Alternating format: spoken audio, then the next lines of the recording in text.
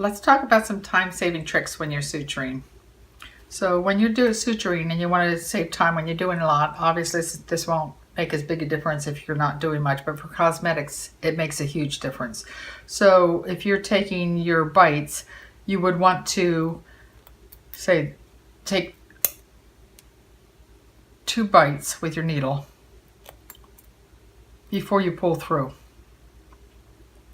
So instead of pulling through for every bite, you take 1 on each side. I've tried 3, and when I take 3, there's too much tension on it. When I pull it tends to make the incision pucker. So you probably can only get 2 bites before you pull that through that excess suture.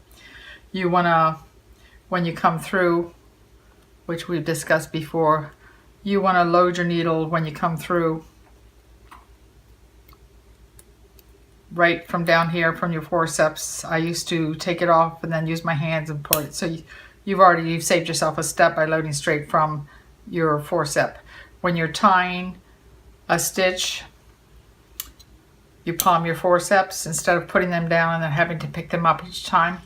And what I noticed, the plastic surgeon, one of the plastic surgeons I work with, if you have a really nice edge that's closing, that's pretty close together, he sometimes doesn't even use his forceps. He just uses, he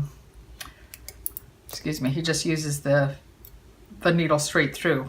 But you have to be careful with that. If it's not meeting really nicely, then it doesn't always come together quite as nice. And if you're running out of suture, you want to tie it, and these stitches don't mean anything, you would be tying, holding your needle holder. And when it's $25 a piece, and you're using a lot of suture, by using this technique, you save suture and you really save a lot of the hospital some money.